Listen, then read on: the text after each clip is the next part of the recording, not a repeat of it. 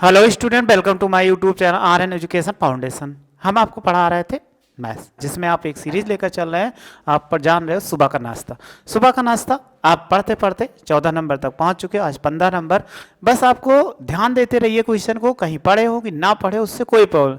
हम with explain बहुत अच्छे से एक्सप्लेन कर रहे हैं। उस क्वेश्चन को आप फॉर्मेट को फॉलो करिए, अदर क्वेश्चन भी सॉल्व कर सकते हो और इंपॉर्टेंट क्वेश्चन तो आपको मिल ही रहा। आइए क्वेश्चन सॉल्व करते हैं।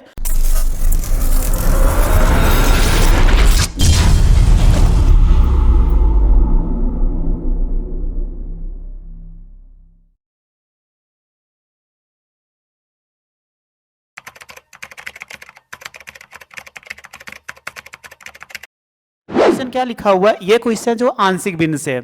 अब आंशिक से भिन्न से जुड़ा हुआ है, तो आंशिक भिन्न के क्वेश्चन को कैसे सॉल्व करते हैं, क्योंकि ये हमारे लिए क्वेश्चन क्या है, टिपिकल है। तो देखो कैसे आंशिक भिन्न को सबसे पहले इसको ब्रेक किया जाता है, यानी तोड़ा जाता है। सपोज कर लीजिए अगर कहीं ऐसे मिल जाए कि ax प्लस बी और ये मिल जाए ax प्लस सी और फिर bx प्लस कितना d, ऐसे मिल जाए तो देखो हर क्या एक घातीय है, एक घातीय है ना। जब इनको तोड़ोगे तो एक कोई कांस्टेंट चाहे जो अपने मन से एबीसी कैपिटल वर्ड में ले लीजिए, जो फैक्टर है उसको ऐसे लिख दिया जाता है ax प्लस सी और ये हो जाएगा b और bx और प्लस सी। ऐसे क्या कर सकते हैं, ये d है तो ऐसे हम d लिख सकते हैं। ठीक, बस आप ब्रेक करना तोड़िए अभी आपको। तो ये पहले टाइप का, अगर आप सपोज कर लीजिए ऐसे मिल जाए या 1 ऊपर मिले तो उससे हमें कोई मतलब नहीं, ऊपर 1 भी मिल जाए आपको मिल जाए ऐसे ax plus B of whole square और सी एक्स प्लस डी ऐसे मिल जाए।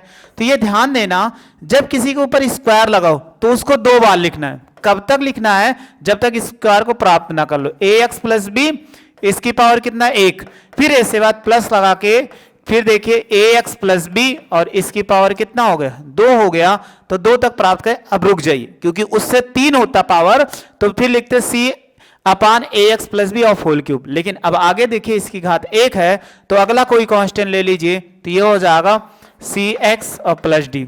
तो ऐसे चाहे जो आपको मिलता है, तो ऐसे किसी को हमें ब्रेक करना रहेगा तो हम ब्रेक करेंगे। ठीक, आइए अब हम क्वेश्चन को सॉल्व करते हैं। हमारा क्वेश्चन ये है, इनको हमें क्या करना है, सॉल्व करना है चाहे जैसे। तो हम इनको सॉल्व करते हैं, तो ये ब्रेक करने का हमने तरीका बता दिया। अब हमारे पास सेम लेकिन डायरेक्ट इंटीग्रेशन नहीं हो सकता, क्योंकि ये आंशिक भिन्न का समाकलन है। तो आंशिक भिन्न के समाकलन को हम कैसे सॉल्व करें, वो हमारे लिए क्या होता है, सबसे ज्यादा इंपॉर्टेंट होता है। तो देखो अब इन्हीं को सेम ऐसे फॉर्मेट में ले लीजिए। ऊपर क्या लिखा है, बस ऊपर देखिए हर की घातों से ऊपर की घात कम होना चाहिए। तो हम ऐसे मान लेंगे, क्या मानेंगे, सॉल्व करिए। माना 3x minus 2 divided by x plus 1 of whole square और x प्लस 3 हो जाएगा। इसको आप तोड़िए, अभी समाकलन नहीं कर रहे। देखो यहां पर x प्लस 1 एक घातीय गुणन उसका वर्ग है, तो आप एक कांस्टेंट a ले लो तो x प्लस 1 हो जाएगा। अभी एक लेकिन 2 तक लिखा हुआ है, तो ऐसे b by x plus 1 of whole square हो जाएगा। फिर प्लस देखो अगला कांस्टेंट ये है, तो c बाई कितना होगा x प्लस 3, ये हो जाएगा। इसको इक्वेशन फर्स्ट मान लीजिए, ये वाली वैल्यू इधर गुणा करा दो। जब आप इसको गुणा कराओगे तो देखो गुणा कराने पर कितना हो जाएगा, अगर हम राइट साइड गुणा कराएं 3x और माइनस 2, तो a और बाई एक्स प्लस 1 हो जाएगा और ये होगा x plus 1 of whole square और x प्लस 3 हो जाएगा। पूरे टर्म्स में गुणा होगा b by x plus 1 of whole square और ये हो जाएगा x plus 1 of whole square x plus 3 हो जाएगा। फिर लास्ट में देखो c है, तो हम c बाई कितना लिख सकते हैं, x प्लस 3 हो जाएगा और into x plus 1 of whole square into x plus 3। जो टर्म्स कटे उसको काट दीजिए, ये इससे कट गया, ये पूरा इससे कट गया और यहाँ पर ये इससे कट गया, तो कितना बचा 3x माइनस 2। इसके लिए किया जा रहा है क्योंकि एबीसी नहीं पद मालूम है, इसी को एबीसी के मान के निकालने के लिए करते हैं हम। तो ये चीज इसमें किया जा रहा है, तो हमने ब्रेक कर दिया। तो एबीसी जितना है ये हर वाला पूरा दोनों तरफ दाहिने तरफ क्या गुणा करा दीजिए। तो यहाँ a बचा और ब्रैकेट में कितना x प्लस 1 बचा और x प्लस 3 बचा, और यहाँ पर b बचा और कितना x प्लस 3 बचा और इस पे c बचा x प्लस 1 का होल स्क्वायर। इसको इक्वेशन क्या मान लीजिए, सेकेंड मान लीजिए। अब हम ABC का मान कैसे निकालें, तो हमें यही सीखना है कि आपको अच्छे सीखना पड़ेगा कि कैसे निकालें ABC का मान। तो मान लीजिए क्या माने कि माना जो आपको ये फैक्टर दिख रहा था, हर में इसी को अलग अलग फैक्टर मान लो। अगर हम मान लें x+1 एक फैक्टर है हर में, तो इसी को मान लो, तो x की वैल्यू निकालो तो कितना होगा -1, और समीकरण क्या कर दो कि 2 में रख दीजिए। जब 2 में रखेंगे तो देखो कितना हो जाएगा, इसमें वैल्यू पुट करो तो 3 -1 और -2। जहां ये फैक्टर दिखे इसके बराबर 0 है तो a गुणे 0 लिख सकते हो कि नहीं। अब जानते हो यहां पे वैल्यू अगर पुट करोगे -1 + 3 हो जाएगा, और प्लस b यहां पे वैल्यू पुट कर -3 -1 और +3 हो जाएगा, और प्लस c, और इसकी वैल्यू 0 का स्क्वायर। तो देखो 3 1 के 3 और -5, और ये 0 हो जाए क्योंकि 0 से गुणा करना है, 0 आएगा। 3 में से 1 घटाओ तो कितना हो जाएगा, ये हो जाएगा b गुणे 2 हो जाएगा, और प्लस 0 का स्क्वायर 0 हो जाएगा। तो ये कितना होगा, इसको अगर हम लिखेंगे तो देखो ये कितना था, 3 - 2 था, तो ऐड करिए -5 हो जाएगा। इनको करेंगे तो ये कितना हो जाएगा 2b, तो b बराबर कितना होगा -5/2। देखो आपने निकाल लिया एक मान बहुत आसानी से। तो ऐसे निकालते हैं।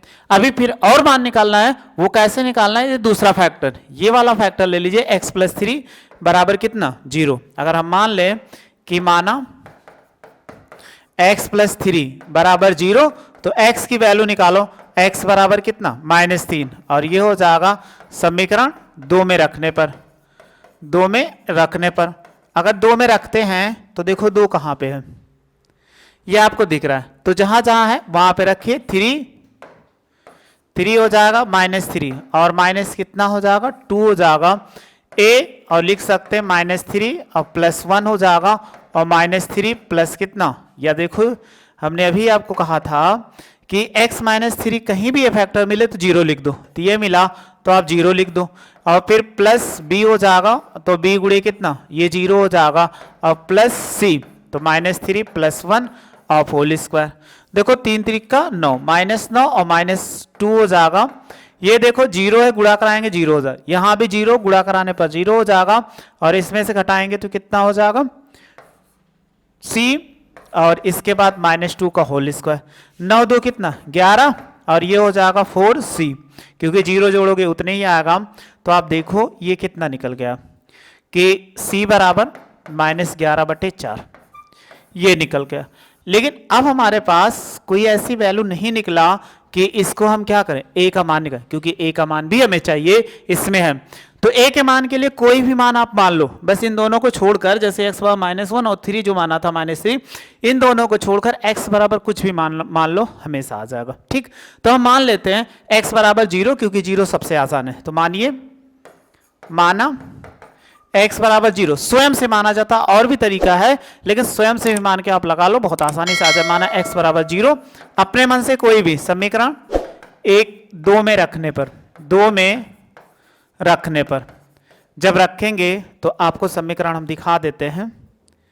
ये था समीकरण, यहां लिख दे रहे हैं। अगर समीकरण लिखेंगे तो ये कितना 3x - 2, तो ये कितना हो जाएगा 3 गुणे कितना 0, और माइनस कितना 2 हो जाएगा। फिर बराबर आगे हम बढ़ते हैं इसमें, इस इक्वेशन में, तो x+1 x+3, तो हम लिख सकते हैं कितना a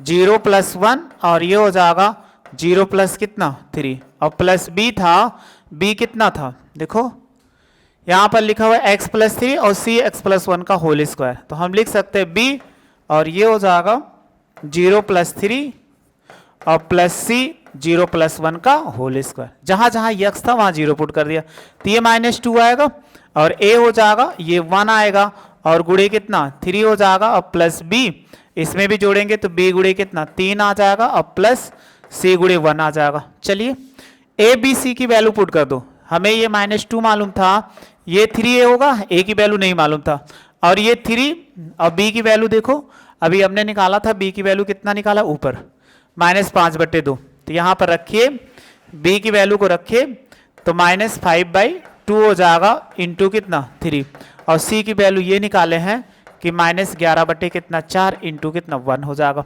तो देखो -2, और ये होगा 3a, और माइनस पानते हैं कितना -15, इनको गुणा कराओगे तो 15/2 और -11 बटे कितना 4।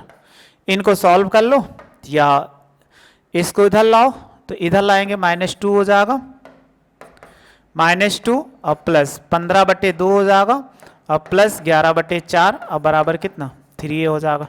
देखो हर का लासा ले लो कितना आ जाएगा, और कहोगे 4 आएगा, 4 दूनी 8 हो जाएगा, 2 दूनी 4, 15 दूना 30 और प्लस कितना 11 हो जाएगा, क्योंकि ये 2 दूनी 4 तो इसके अंश से गुणा हो जाएगा, बराबर 3। आगे सॉल्व करिए, अगर इनको जोड़ दो तो कितना हो जाएगा -8। ये हम डायरेक्ट कर दें, देखो 11 और कितना हो जाएगा, इसको अगर जोड़ोगे -8 और ये 41 और बटे कितना 4, इसको इधर लाओ 3/a हो जाएगा। तो देखो a बराबर कितना लिख सकते -8, इसमें से अब घटा दीजिए, 41 में से घटाएंगे तो कितना हो जाएगा 33 बटे कितना 4 गुणे 3, 3 से काट दीजिए, ये 11। तो देखो 11 बटे कितना 4 आ गया। तो हमने सबकी वैल्यू निकाल लिया, जो जो हमें वैल्यू निकालना था वो ए बी सी की वैल्यू निकाल ले।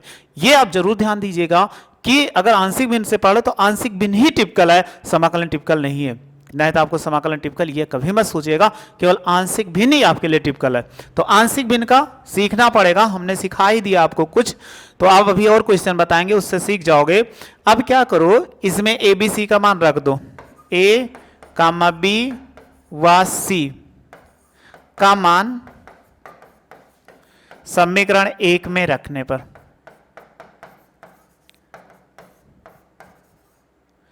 एक में अगर हम रखते हैं तो ये कितना हो जाएगा, आपको एक दिखा देते हैं। एक क्या था समीकरण,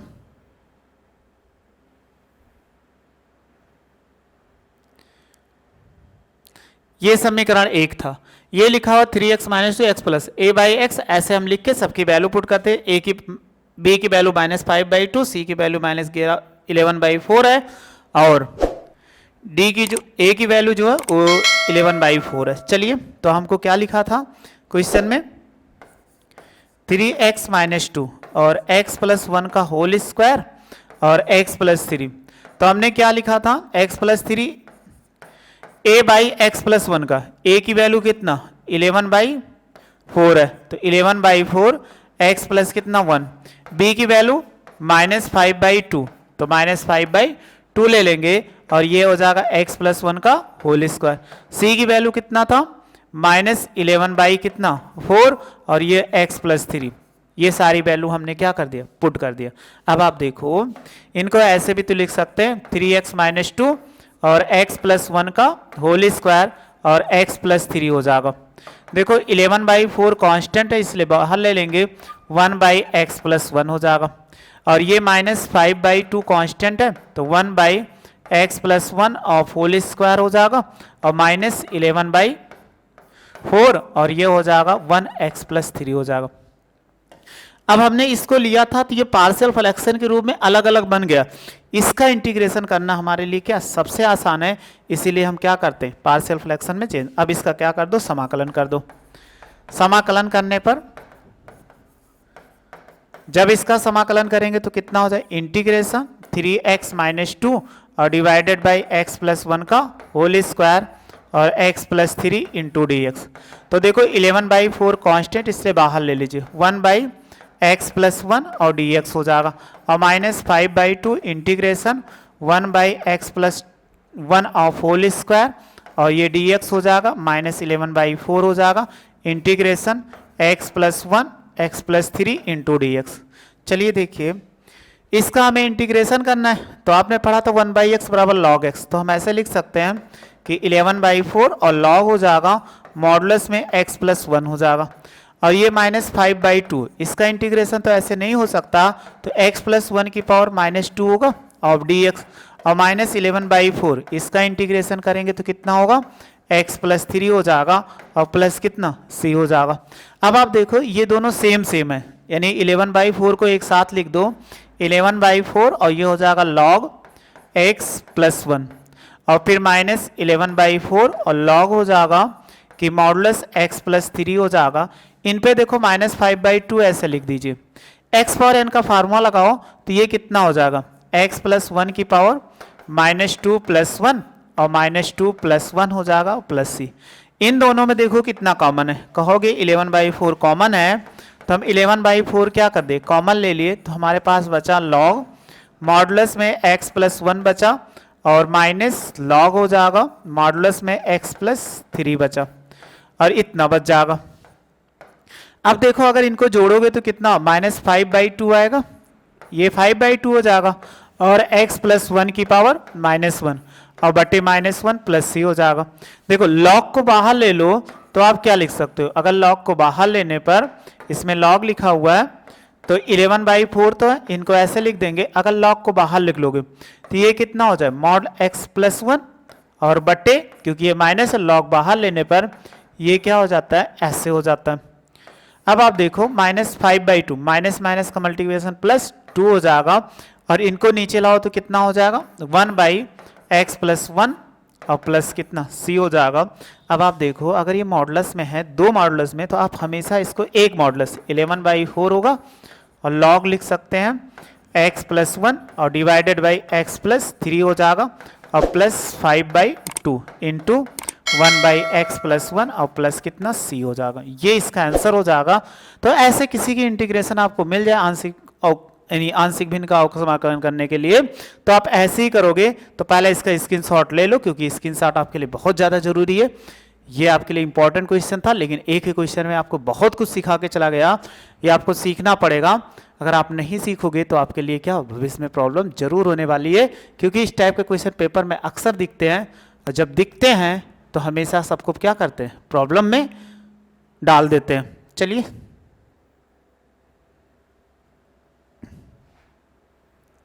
स्क्रीनशॉट ले लो, स्क्रीनशॉट इसका ले लीजिए, यहां तक आप ले लिए होंगे स्क्रीनशॉट।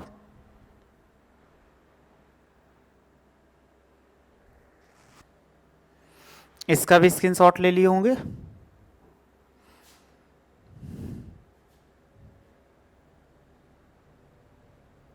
इसका भी आप स्क्रीनशॉट ले लिए होंगे।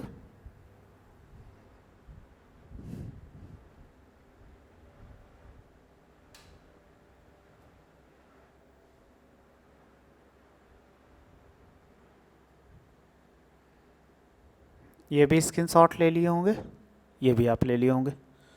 ले लीजिए, एक सेकेंड, हाँ अब ले लीजिए स्क्रीनशॉट।